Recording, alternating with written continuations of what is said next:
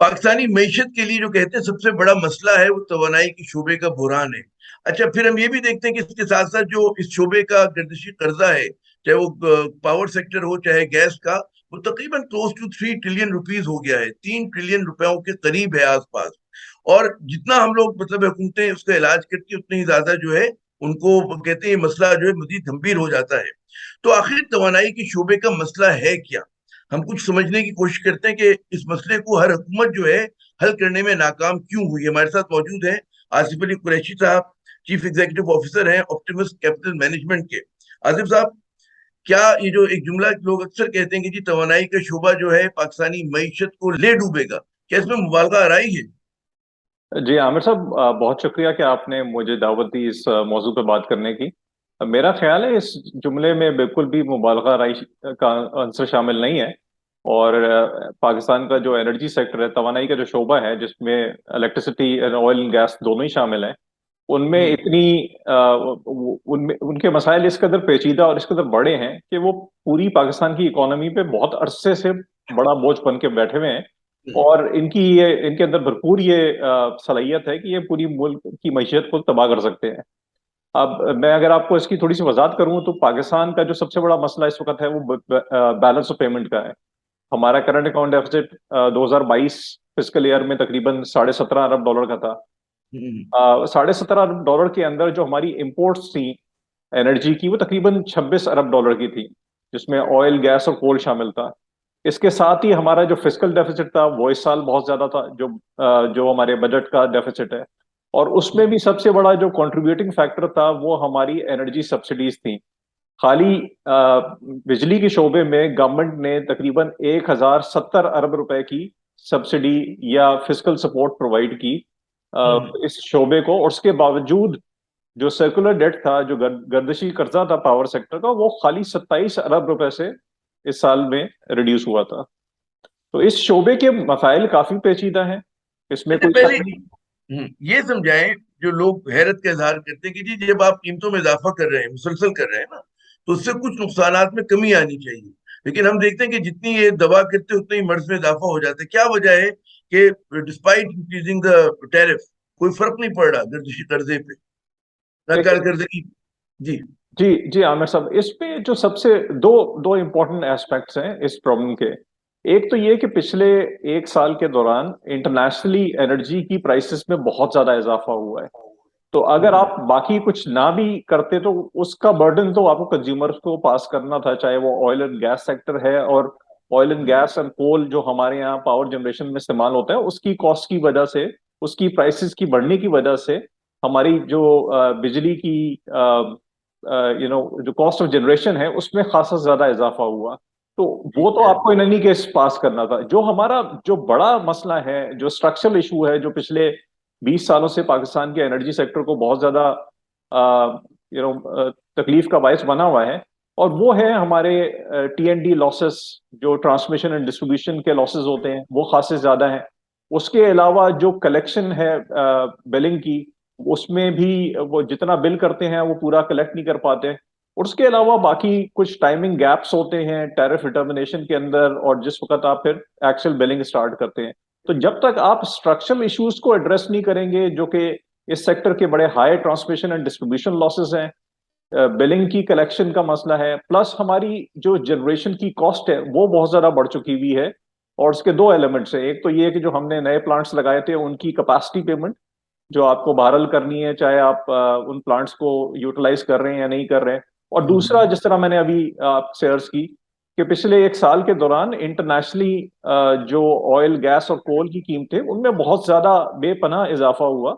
और उसका बोझ पाकिस्तान की मईशत पे भी पड़ा। अच्छा, ये समझ में आता है कि चले कोल की और गैस की और बिजली की कीमतों में इजाफा हुआ, लेकिन जो पर यूनिट हमारी कॉस्ट है कि एक्स नंबर, उसके ऊपर हम रुपयों पे जो है 1 यूनिट बिजली पैदा कर रहे हैं, उसके ऊपर जो हमारे आपने फरमाया कि ट्रांसमिशन एंड डिस्ट्रीब्यूशन लॉसेस और जो बिल्स की हमारी कहते हैं रिकवरी नहीं होती, वो कितना उसके ऊपर इफेक्ट डालते हैं? कितना परसेंट हमारी पर यूनिट कॉस्ट कितनी बढ़ जाती है उसकी वजह से? क्योंकि कहा ही जा रहा है कि जो हुकूमत की इनएफिशिएंसी है वो हम लोग जो है पास ऑन कर देती है हुकूमत अपने कंज्यूमर के ऊपर। आमिर साहब, वो इनएफिशिएंसी पूरे तरीके से पास नहीं होती, पार्शली पास हो जाती है। उसकी वजह से कुछ कंज्यूमर्स को क्रॉस सब्सिडाइज करना पड़ता है, उन कंज्यूमर्स को जिनको गवर्नमेंट कम रेट चार्ज कर रही है। हम्म। तो कॉस्ट ऑफ जनरेशन बढ़ने की वजह से या इनएफिशिएंसीज बढ़ने की वजह से ये जरूर हो रहा है कि जो हाई पेइंग कंज्यूमर्स हैं, फॉर एग्जांपल वो जो टाइम ऑफ यूज के मीटर्स लगे हुए हैं, जिस तरह आपके घर पे होगा या मेरे पास लगा होगा, कमर्शियल सेक्टर है, नॉन एक्सपोर्ट इंडस्ट्रियल सेक्टर है, उनके लिए रेट्स बहुत ज्यादा बढ़ा दिए जाते हैं। और बाकी शोबे जिस तरह एग्रीकल्चर का है, और जहाँ पे कम कंजम्पशन हो रही है, जो कम बिजली इस्तेमाल करने वाले जो कंज्यूमर्स हैं, उनके रेट्स को गवर्नमेंट ने ज्यादा सब्सिडाइज किया होता है। तो क्रॉस सब्सिडी का एलिमेंट्स होता है कि कुछ कंज्यूमर्स दूसरों को सब्सिडाइज कर रहे होते हैं। हम्म। तो लेकिन ये एक तरह की ज्यादती है ना, मतलब है जो अर्बन एरियाज हैं उनके साथ ज्यादती है, या इंडस्ट्रियल जो यूज करते हैं उनके लिए, सार्फिन के लिए जो है ज्यादती नहीं है ये, कि मतलब है कि जो बात जो एफिशिएंट तरीके से इस्तेमाल करें, अपने पूरे बिल दे रहे हैं, आप उन्हीं पर बोझ डाल रहे हैं। आप बिल्कुल सही कह रहे हैं, ये क्रॉस सब्सिडीज नहीं होनी चाहिए, इनको रिप्लेस किया जाना चाहिए डायरेक्ट सब्सिडीज के साथ, ताकि गवर्नमेंट उनको डायरेक्टली सब्सिडी प्रोवाइड करे कि जो डिजर्व करते हैं। ये क्रॉस सब्सिडीज की वजह से बहुत सारे ऐसे इंडस्ट्रीज, बहुत सारे ऐसे कंज्यूमर्स जिनको सब्सिडी नहीं मिलनी चाहिए, वो भी इसका फायदा उठा रहे होते हैं। तो इसमें कोई शक नहीं है कि ये क्रॉस सब्सिडीज खत्म होनी चाहिए। इसकी वजह से जो ग्रिड के ऊपर से लोग अपना सेल्फ जनरेशन के तरीके ढूंढ रहे हैं, चाहे रूफ टॉप सोलर लगा रहे हैं या हम्म। अपनी कैप्टिव जनरेशन इंडस्ट्री करना चाह रही है, तो वो कंज्यूमर्स भी वापस ग्रिड पे आना शुरू हो जाएंगे। उसका overall cost of generation reduce करने में फायदा होगा ओवर द लॉन्ग टर्म। अच्छा, मसला क्या है? मसला लोग ये कहते हैं कि जी एनर्जी मिक्स का भी है, कि हमारा एनर्जी मिक्स इतना एफिशिएंट नहीं है, और हम जो है डिपेंड करते हैं बहुत ज्यादा जो है इम्पोर्टेड उसके ऊपर, ना कि हम अपना मतलब है लोकली उसको कहते हैं ना कि मोबिलाइज करें, कि सोलर को इस्तेमाल करें हम, विंड को करें हम, पानी को करें इस काम के लिए। जी आमिर साहब, ये पार्शली ये बात ठीक है कि हम शायद आइडियल मिक्स में नहीं होंगे। अगर मैं हम्म। थोड़ा सा ब्रॉडर इस पे पर्सपेक्टिव दे सकूं, जी। पाकिस्तान की जो टोटल प्राइमरी एनर्जी सप्लाई है, जितनी भी पाकिस्तान में कंज्यूम हो रही है, तकरीबन 87-88 million ton of oil equivalent बनती है, उसका तकरीबन 50% हम इंपोर्ट करते हैं। और ये रेशो आज से 15 साल पहले जो था, तकरीबन 30% के करीब था। तो हमारी रिलायंस एनर्जी के सिलसिले में इंपोर्ट्स पे बढ़ती गई है। उसकी वजह यह है कि एक तो ओवरऑल कंजम्पशन हमारी आबादी के बढ़ने की वजह से, इकोनॉमी की ग्रोथ की वजह से बढ़ती गई, और दूसरी हम्म। वजूहत जो थी वो ये थी कि हमारी लोकल प्रोडक्शन ऑयल की और गैस की ये पिछले 10 सालों में रिड्यूस हुई है काफी ज्यादा। और इसके अलावा हमने जो डोमेस्टिक कोल के हमारे जो रिजर्व्स हैं, उनको इतना ज्यादा अभी तक डेवलप नहीं किया। वो आ चुके हैं, थर कोल से पाकिस्तान में सप्लाई आना शुरू हो चुकी हुई है, तकरीबन 1,000 मेगावाट के करीब ऑलरेडी आ रही है। मजीद प्लांट्स जो हैं हम्म। वो भी कुछ पाइपलाइन में है, तो ग्रेजुअली इसमें इजाफा होगा। बट हमें अपने ओवरऑल एनर्जी मिक्स को, इसमें कोई शक नहीं, उसको चेंज करने की जरूरत है। इंपोर्ट्स पे हमें रिलायंस को रिड्यूस करने की जरूरत है। इंडिजिनस या मकामी जो रिसोर्सेज हैं उनको इस्तेमाल बढ़ाने की जरूरत है, चाहे उसमें आप जो इम्पोर्टेड कोल है उसको रिप्लेस करें लोकल कोल के साथ, जिसमें थर में बेतहा पोटेंशियल मौजूद है। इसी तरीके से हम बाकी थर्मल जनरेशन है उसको रिप्लेस करें ग्रेजुअली हम्म। रिन्यूएबल रिसोर्सेज के साथ, जिसमें हाइड्रो, सोलर और विंड वगैरह शामिल है। तो ये बहरहाल हमें ये सारी चीजें करने की जरूरत है, इसमें हमें बहुत बड़ी इन्वेस्टमेंट रिक्वायर्ड है। और ये इन्वेस्टमेंट, देखिए, पाकिस्तान का इकोनॉमी का सबसे बड़ा मसला जो है वो एनर्जी सेक्टर है, और एनर्जी को फिक्स करने के लिए ही सबसे बड़ी इन्वेस्टमेंट एनर्जी में रिक्वायर्ड है। और ये इन्वेस्टमेंट जो है ये सरकार के कंट्रोल में रहते हुए कंपनीज में नहीं हो सकती। अगर हम जनरेशन को इम्प्रूव भी कर लें, तो जो हमारे बॉटलनेक्स हैं ट्रांसमिशन डिस्ट्रीब्यूशन के, वहां जो इनएफिशिएंसीज हैं वो तो नहीं जाएंगी। अब हम्म। पाकिस्तान में एक वाहिद यूटिलिटी जो प्राइवेट सेक्टर में ऑपरेट करती है वो के इलेक्ट्रिक है। वो जब कंपनी आज से 15-16 साल पहले प्राइवेटाइज हुई, उस वक्त उसके ट्रांसमिशन डिस्ट्रीब्यूशन लॉसेस जो थे वो तकरीबन 40% के करीब थे। तो हमारे पास एक एग्जांपल मौजूद है कि एक कंपनी जो प्राइवेट हैंड्स में गई, उसने अपने हम्म। ट्रांसमिशन डिस्ट्रीब्यूशन लॉसेस जो हैं वो रिड्यूस किए 40% से तकरीबन 15% पे ले आए हैं, जो अभी लेटेस्ट ईयर आया है। तो हमें यही चीजें बाकी कंपनीज के साथ भी करने की जरूरत है, जो हमारी डिस्ट्रीब्यूशन कंपनीज हैं। जो निजीकरण की एनटीपीसी तरफ जाए, ऑपरेट करी। प्राइवेटाइजेशन की तरफ जाए। अच्छा बिल्कुल। ये बताइएगा कि ये जो आपने फरमाया कि जी हमारा अपना जो कहते हैं डोमेस्टिक जो हम लोग पैदा करते थे गैस डिप्लीट हो रहे हैं, हमारे रिजर्व डिप्लीट हो रहे हैं, कि ये भी आंसर है उसमें कि हमारे यहाँ जो बहुत सारे अच्छे वो हैं ब्लॉक्स हैं वहां पर एक्सप्लोरेशन नहीं हो रही है गैस के, बिकॉज लॉ एंड ऑर्डर का मसला है बलूचिस्तान के अंदर। ये भी वजह है कि हम लोग उसको रिप्लेनिश नहीं कर पा रहे। जी जी, बिल्कुल बिल्कुल, आप सही फरमा रहे हैं कि हमारे यहाँ इसमें कोई शक नहीं है कि लॉ एंड ऑर्डर सिचुएशन की वजह से एक्सप्लोरेशन उस लेवल की नहीं हो पा रही जो कि होनी चाहिए। और दूसरा, इसमें जो हमारा गैस का सेक्टर है उसके अंदर भी सर्कुलर डेट पैदा हो चुका हुआ है पावर के अलावा, तो उसकी वजह से भी कंपनीज के कैश फ्लोज कंस्ट्रेंड होते जा रहे हैं। बट हमें खाली प्रोडक्शन बढ़ाने पे तवज्जो देने की जरूरत नहीं है, मतलब उसके अलावा इन एडिशन टू दैट हमें अपनी इनएफिशिएंसीज जो पूरी एनर्जी चेन हम्म। में है उसको भी रिड्यूस करने की जरूरत है। हमारे यहाँ बहुत ज्यादा वेस्टफुल कंजम्पशन होती है एनर्जी की। एक जमाने में हमने गैस बेतहाशा ट्रांसपोर्ट सेक्टर में सीएनजी सेक्टर को दे के बड़े सस्ते रेट पे वो जाया कर दी। ये नॉन रिन्यूएबल रिसोर्स है जिसको हम खत्म काफी हद तक रिड्यूस कर गए। इसी तरीके से हम जो डोमेस्टिक सेक्टर में घरों के में जो गैस सप्लाई कर रहे होते हैं उनके रेट्स बहुत कम है। वो तकरीबन ऑन एवरेज हम $1.5 पर मिलियन बीटीयू पे सप्लाई कर रहे होते हैं। और इस वक्त जो लॉन्ग टर्म कॉन्ट्रैक्ट में भी गैस हम इंपोर्ट कर रहे हैं वो तकरीबन $15 की आती है। तो ये मुमकिन नहीं है कि एक रिसोर्स जो इंटरनेशनली आपको इंपोर्ट $15 पे करनी पड़े वो आप डोमेस्टिकली $1.5 पे बेच बेच रहे और हो। उसका नुकसान ये होता है कि आपकी इनएफिशिएंट कंजम्पशन प्रमोट हो रही होती है। अच्छा फिर यही हुआ ना, क्योंकि सस्ती गैस मिल रही है, लोग चूल्हा जला के भूल जाते हैं, जलता रहता है उसपे, बेशक कुछ चढ़ाना हो ना हो। अच्छा यहाँ पर ये जो आपने कुछ तस्करा किया कि जी महंगे आईपीपी हमारे यहाँ लगे, कैप्टिव पावर प्लांट से आपको पेमेंट्स करनी है हर हालत में, उसके बावजूद लोग कहते हैं जी हमें नए बिजली घर लगाने चाहिए। तो जोर जो है सब, और जो मैं समझा हूँ आपकी गुफ्तगू से, कि नए बिजली घर लगाने की जरूरत नहीं है बल्कि एफिशिएंसी बढ़ाने की जरूरत है। ये लुबे लुबाब है आपकी बात का, ये समझा जाए। देखिए, इस ये जो प्रॉब्लम है हमारी एनर्जी सेक्टर का, ये इसके कई डायमेंशंस है। ठीक है, एक डायमेंशन से आप इसको एड्रेस नहीं कर सकते। एक तरफ तो हमें इंपोर्टेड फ्यूल पे रिलायंस को रिड्यूस करना है, तो हमें हाँ। डोमेस्टिक रिन्यूएबल रिसोर्सेज की जरूरत है।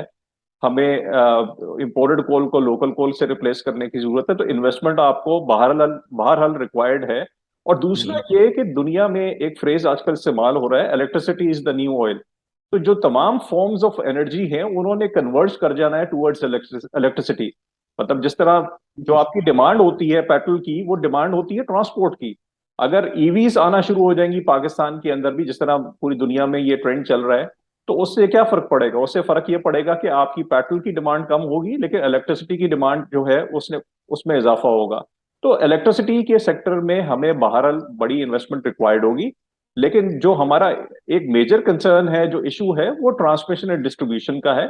उसमें बड़ी इन्वेस्टमेंट रिक्वायर्ड भी होगी ताकि ग्रिड की रिलायबिलिटी को इम्प्रूव किया जा सके, ग्रिड की कैपेसिटी को एक्सपेंड किया जा सके। ये सारी चीजें सरकार की कंट्रोल में रहते हुए करना बहुत मुश्किल काम है। तो गवर्नमेंट को, जो भी नेक्स्ट गवर्नमेंट आए, उसको ये चाहिए कि ये इन कंपनियों की को प्राइवेटाइजेशन की तरफ लेके जाएं। एक चीज मैं आपसे और अर्ज कर दूं गैस सेक्टर के सिलसिले में।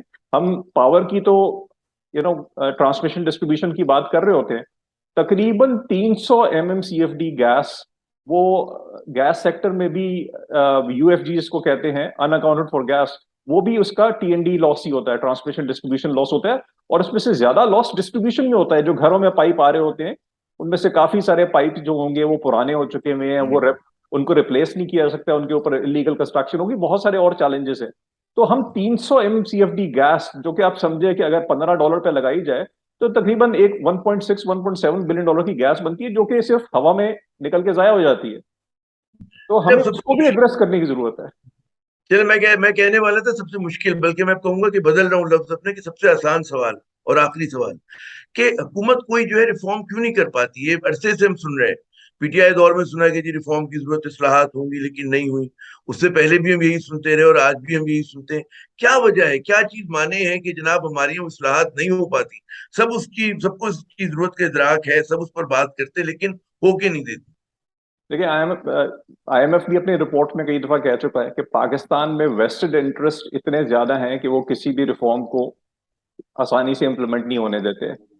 चाहे उन वेस्टेड इंटरेस्ट के अंदर सरकार के अंदर जो स्टेटस को के रिप्रेजेंटेटिव्स हैं, ब्यूरोक्रेसी है, चाहे वो शामिल है, या बाकी प्राइवेट सेक्टर के लोग हैं, तो ये काफी सारे चैलेंजेस फेस करने पड़ते हैं। फिर दूसरा ये कि जो भी पॉलिटिकल पार्टी गवर्नमेंट में आती है उसके लिए रिफॉर्म हमेशा एक मुश्किल और चैलेंजिंग फेल होता है, क्योंकि उसके रिवॉर्ड्स आपको कुछ अरसे के बाद नजर आएंगे, लेकिन जो इमीडिएट कॉस्ट होगी वो होगी कि सरकार की कंपनीज जो प्राइवेट हैंड्स में जाएंगी, जाहिर है रैशनलाइजेशन होगी वर्कफोर्स की, उसमें कुछ लोग होंगे जो अपनी नौकरी से जाएंगे इन द शॉर्ट टर्म। तो वो सारी चीजें जो हैं वो गवर्नमेंट, किसी भी पॉलिटिकल गवर्नमेंट के लिए सबसे बड़ा चैलेंज होते हैं। इसीलिए अगर आप देखें पाकिस्तान में जो ज्यादा बड़ी प्राइवेटाइजेशन हुई है वो शायद मिलिट्री दौर में, मुशर्रफ साहब के दौर में हुई होंगी 2002 से लेकर 2007 के दरमियान, और उसके बाद हमारे यहाँ वर्चुअली प्राइवेटाइजेशन का प्रोसेस जो है पिछले 15 सालों में वो तकरीबन रुका ही रहा है। जनाब बहुत शुक्रिया आसिफ कुरैशी साहब, आपने अपना कीमती वक्त दिया। दोस्तों, आपने सुना कि क्या हमारे तवानाई के शोबे के मसाइल हैं, और हमें समझना ही चाहिए कि फिल वक्त अगर कोई कहता है कि जी इस शोबे में रिलीफ मिल जाए तो वो मुमकिन नहीं है। हुकूमत को मकबूल फैसलों की जगह दुरुस्त फैसले करने होंगे। हमें अगले वीडियो तक के लिए इजाजत दीजिएगा। खुदा हाफिज।